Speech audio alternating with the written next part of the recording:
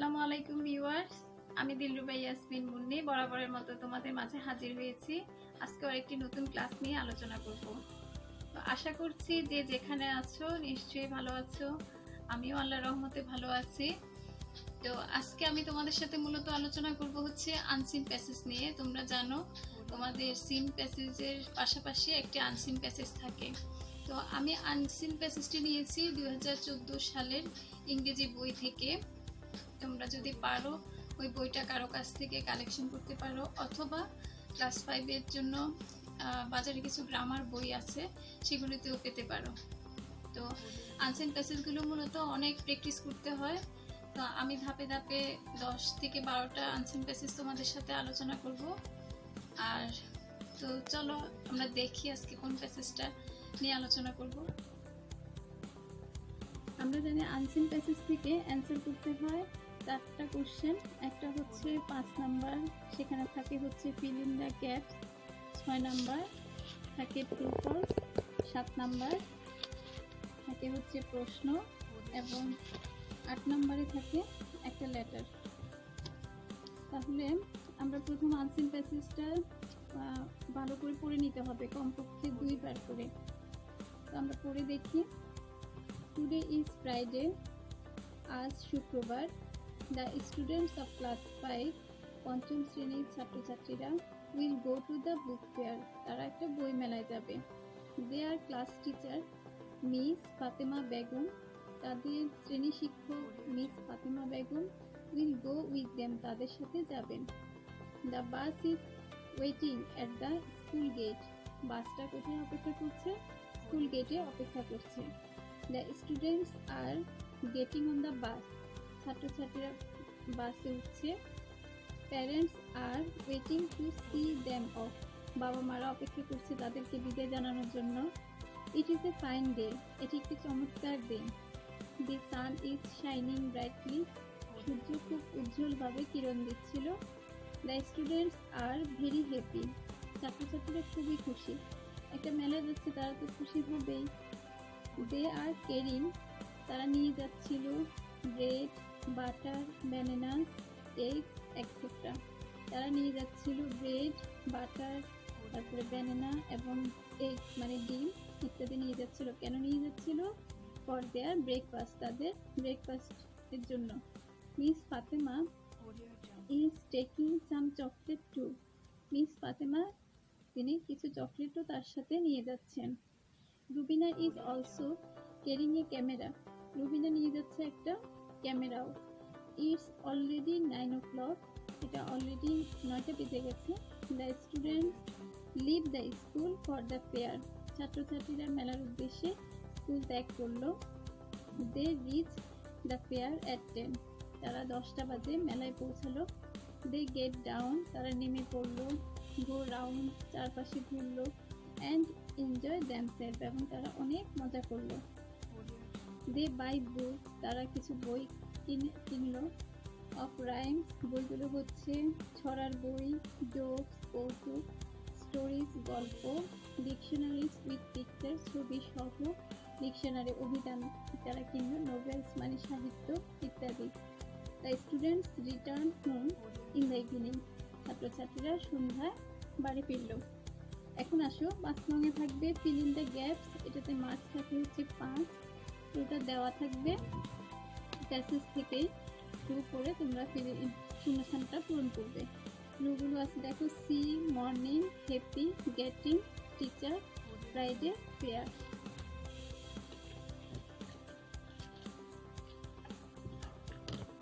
A the student will go to the book fair on, কি বারে তারা গিয়েছিল? ফ্রাইডে, শুক্রবার। Miss Fatema Begum is a dash, Miss Fatema Begum কি? তিনি কি ছিলেন? তিনি একজন টিচার। ক্লাস টিচার লিখলেও হবে, না সরি টিচার হবে। The students leave the school in the morning, ছাত্রছাত্রীরা সকালবেলা স্কুল ত্যাগ করলো। The students are getting on the bus, ছাত্রছাত্রীরা বাসে উঠছিল। উঠতেছিল। The sun is shining brightly, সূর্য উজ্জ্বলভাবে কিরণ দিচ্ছিল। 6 নম্বরে থেকে ট্রু অর ফলস, এটাতে মার্কস থাকে হচ্ছে 6। The bus is waiting at the market, বাসটি মার্কেটের সামনে ওয়েট করছিল, অপেক্ষা করছিল। ফলস, বাসটি কোথায় অপেক্ষা করছিল? বাসটি অপেক্ষা করছিল হচ্ছে স্কুল গেটে। Friends R waiting to C them of, তার বন্ধুরা এসেছিল তাদের বিদায় জানাতে। আমরা পেয়েছি প্যারেন্টস এসেছিল বিদায় জানাতে। False. The students are sad, ছাত্রছাত্রীরা ব্যথিত ছিল, দুঃখিত ছিল। ফলস, কারণ তারা অনেক খুশি ছিল। The students leave the school for the fair, ছাত্রছাত্রীরা মেলার উদ্দেশ্যে স্কুল ত্যাগ করলো। True. Rubina is carrying a camera, Rubina একটি ক্যামেরা নিয়ে গিয়েছিল, নিয়ে যাচ্ছিল।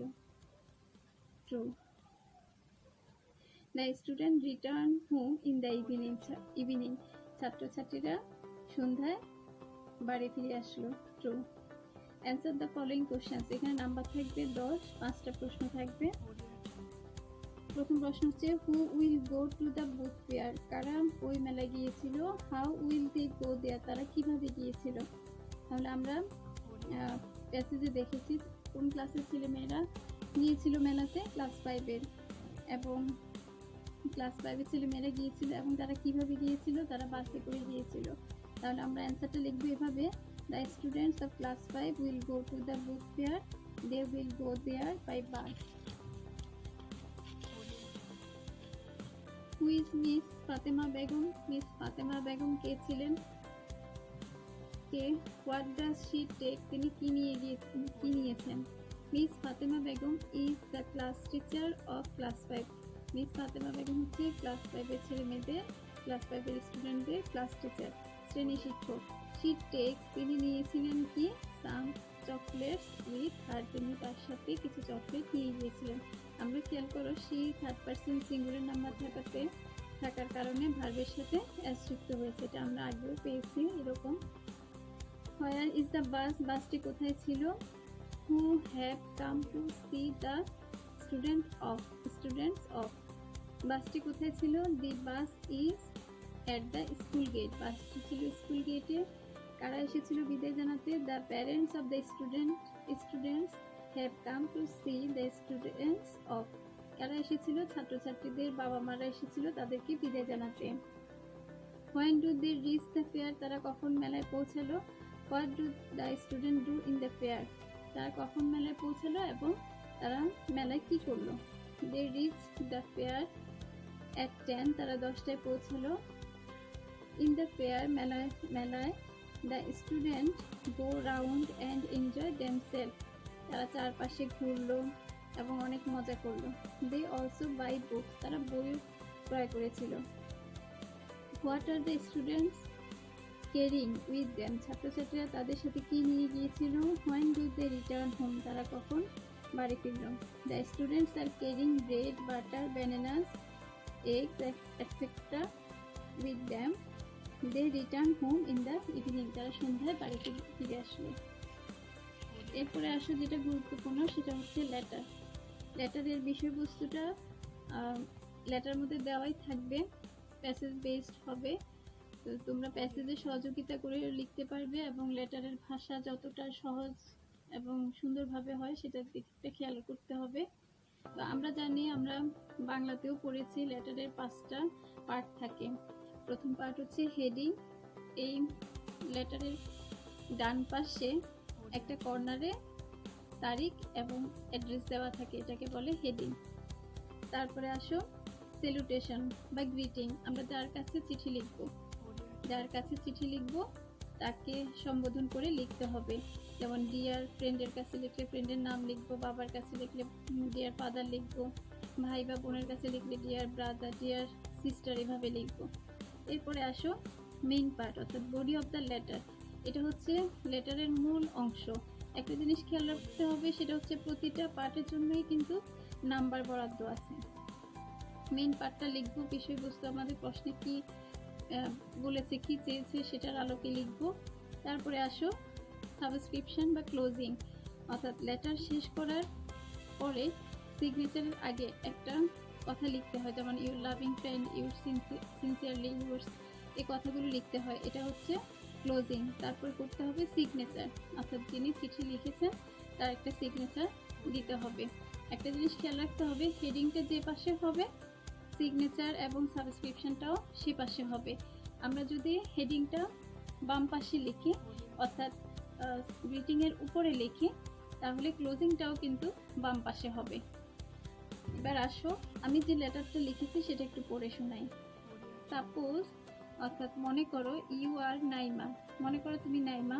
Your friend Nabiha who lives in Feni, তোমার বন্ধু নাবিহা যিনি বাস করে কোথায়, ফেনী। ওয়ান্টেড টু নো, সে জানতে চেয়েছিল about your visit to the book fair, তুমি যে বই মেলায় গিয়েছিলে সেটা সম্পর্কে জানতে চেয়েছিল। তাহলে আমরা অ্যাড্রেস লিখেছি মিরপুর, ঢাকা, 31 মে 2020। তারপর হচ্ছে ডিয়ার নাবিহা, যেহেতু নাবিহার কাছে আমি চিঠি লিখবো। Hope that you are well, I am also fine, I received your letter yesterday. In your letter you wanted to know about my visit to the book fair. খেয়াল করো চিঠিতে জানতে চেয়েছিল কিন্তু আমার বইমেলা পরিদর্শন সম্পর্কে, তাই আমি লিখেছি in your letter you wanted to know about my visit to the book fair. Now I am going to write about it. এখন আমি এটা লিখতে যাচ্ছি। আমরা এখানে বডি লেটারের মূল বিষয়বস্তু কমপক্ষে 6 বাক্য লিখলে ভালো, এর বেশিও লিখতে পারো। আবার খুব বেশি যে বড় লিখতে হবে রিডিং দেখে দেখে পুরোটাই তুলে দিবে তা কিন্তু না, মূল বিষয়বস্তুটা বুঝে সংক্ষিপ্ত করে সহজ ভাষায় লিখবে। দেখো, last Friday I went to the book fair with my father, আমি আমার বাবার সাথে গত শুক্রবারে বইমেলায় গিয়েছিলাম। We went there by bus, আমরা সেখানে গিয়েছিলাম বাসে করে। We reached the fair at 10 AM, আমরা সকাল 10টায় গিয়ে পৌঁছলাম। উই ওয়েন্ট ইন, আমরা ভেতরে গেলাম। অ্যান্ড রাউন্ড দ্য ফেয়ার, এবং আমরা চারপাশে ঘুরলাম। I took my camera with me, আমি আমার সাথে আমার ক্যামেরা নিয়ে গিয়েছিলাম। We brought some books of rhymes, stories, novels and dictionaries, আমরা কিছু বই কিনলাম যেগুলো হচ্ছে ছড়ার বই, গল্পের বই, সাহিত্য, ডিকশনারি, অভিধান ইত্যাদি। We return home in the evening, আমরা সন্ধ্যায় বাড়ি ফিরে আসলাম। I enjoyed the fair very much, আমি মেলায় অনেক আনন্দ উপভোগ করেছি। নো মোর টুডে, আজ আর নয়। রাইট টু মি সুন, শীঘ্রই লিখবে। এখন আসো ক্লোজিংয়ে। ইউর লাভিং ফ্রেন্ড, যেহেতু আমি বন্ধুর কাছে চিঠি লিখেছি তাই লিখেছি হচ্ছে ইউর লাভিং ফ্রেন্ড। আর সাপোজ ইউর নাইমা মানে হচ্ছে আমি নাইমা, তাহলে এখানে হবে আমার নাম। অর্থাৎ সাপোজ দিয়ে যে নামটা থাকবে সেটা নিচে হবে, খেয়াল করতে হবে। সিগনেচারের জায়গায় সাপোজ দিয়ে যে নামটা থাকবে সেটা সিগনেচারের জায়গায় হবে। এরপরে যে জিনিসটা করতে হবে সেটা হচ্ছে এনভেলপ বা অ্যাড্রেস। এটার জন্য যদিও নাম্বার বরাদ্দ থাকে না, নেই, নাম্বার বরাদ্দ নেই। তারপরে আমরা যখন একটা লেটার শিখবো তাহলে সেটা ভালোভাবেই শিখবো, এমনভাবে শিখবো যাতে সেটাতে কোনো ধরনের ফাঁক ফোকর না থাকে। তো এনভেলপটা আমরা দৈর্ঘ্যে নিব হচ্ছে 5 ইঞ্চি, যেটা সঠিক মাপ, আর প্রস্থে নিব 3 ইঞ্চি। বাম পাশে থাকবে ফ্রম আর ডান পাশে থাকবে টু। তারপরে থাকবে স্টাম্পের জন্য একটা ছোট, ডান পাশে একটা ছোট স্টাম্পের জন্য জায়গা রাখতে হবে। আমরা অনেকে কি করি, টু দিয়ে নাম একটা দিয়ে দিই, তারপরে অ্যাড্রেসটা পূর্ণভাবে লিখি না। এখন আমি যদি টু দিয়ে নাবিহা দিয়ে ফেনী দিই তাহলে কোন নাবিহার কাছে আমার চিঠিটা যাবে? সেজন্য আমরা টুতে পূর্ণ ঠিকানা লিখবো, যেটা সঠিক নিয়ম সেটা হচ্ছে পূর্ণ ঠিকানাটা লিখবো। যদিও এটার জন্য নাম্বার নেই, তারপর আমরা লেটার যখন লিখবো পরীক্ষার খাতায় তখন আমরা এনভেলপটা দিব। এবার আসো, তাহলে আজকে এই পর্যন্তই। নেক্সট ক্লাসে আমি আরও 2টা সিন প্যাসেজ বাকি রয়েছে, সে 2টা দেওয়ার পরে আমি আনসিন প্যাসেজ 10 থেকে 12টা আনসিন প্যাসেজ আলোচনা করব তোমাদের সাথে।